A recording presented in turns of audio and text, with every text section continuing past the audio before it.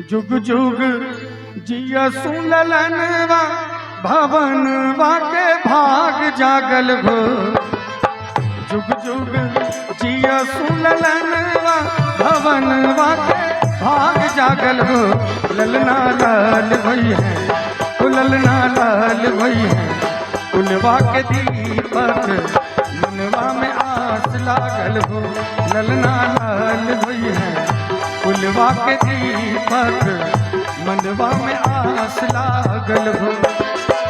आज के दिनवा सुहावन रतिया लुभावन हो। आज के दिनवा सुहावन रतिया लुभावन हो। ललना दीदिया के, ओ ललना दीदिया के, होरिला जन्म ले होरिलवा बड़ा सुंदर हो।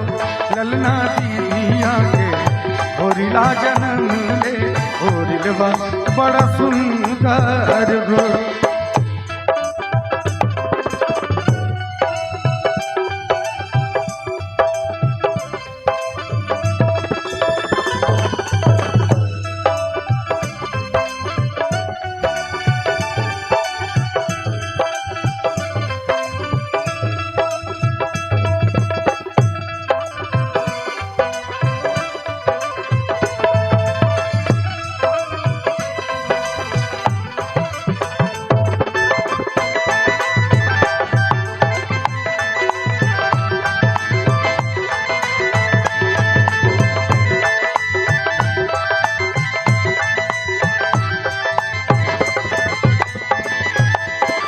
नकिया तो हुए जैसे बाबूजी के, अखिया हमाई के।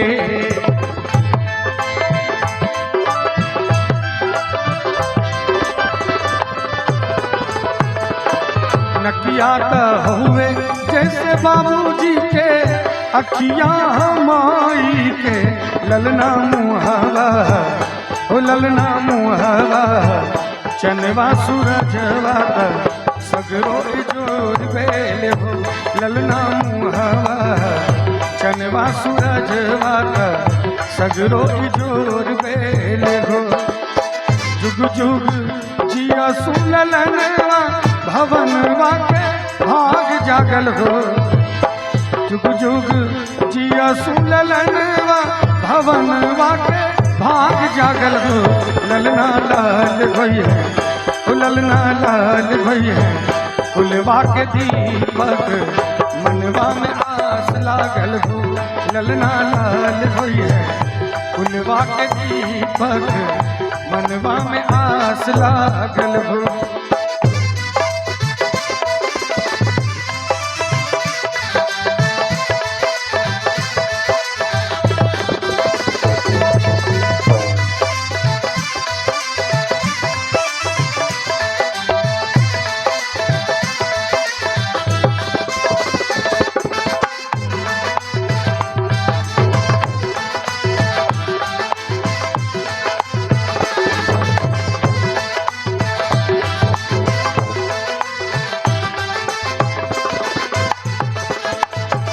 सासू सुहागिन बड़ भागिन अनधन लुटावेली हो।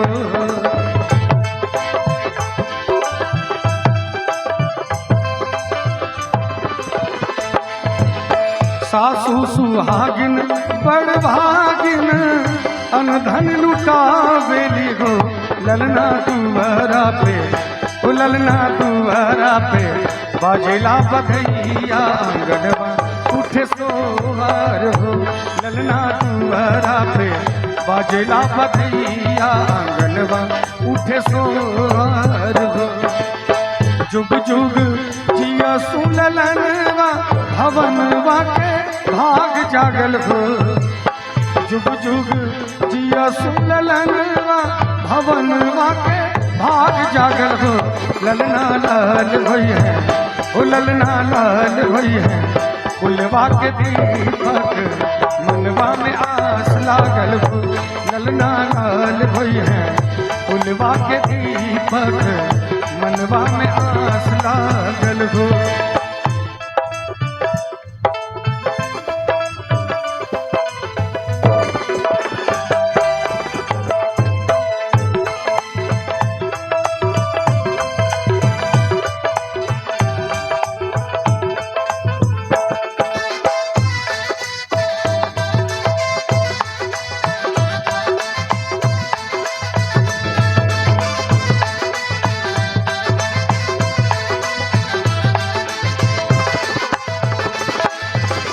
नाची नाची गावेली बहिनिया ललनवा के खेलावेली हो।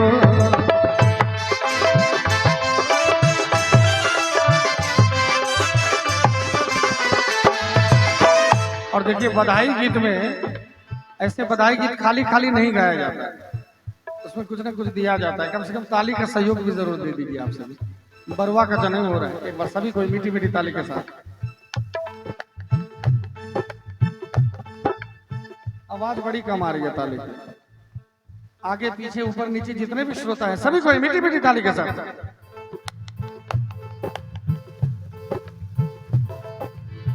नाची नाची गावेली बहिनिया ललनवा के खेलावेली हो।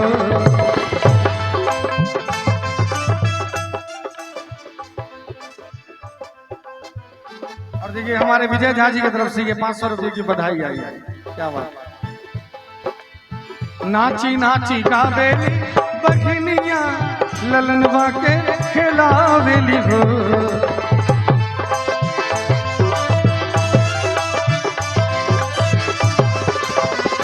ललना हंसी हंसी ओ ललना हंसी हंसी ट्यूबी चलावेली रस बरसावेली हो।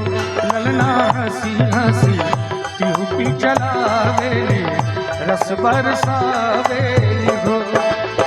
जुग जुग जिया सुललनवा भवनवा के भाग जागल हो। जुग जुग जिया सुललनवा भवनवा के भाग जागल हो। ललना लाल भई है ओ ललना लाल भई है फुलवा के दीपक मनवा में आस लागल हो। ललना लाल भई है फुलवा के दीपक मनवा में आस लागल हो। ललना लाल भई है फुलवा के दीपक मनवा में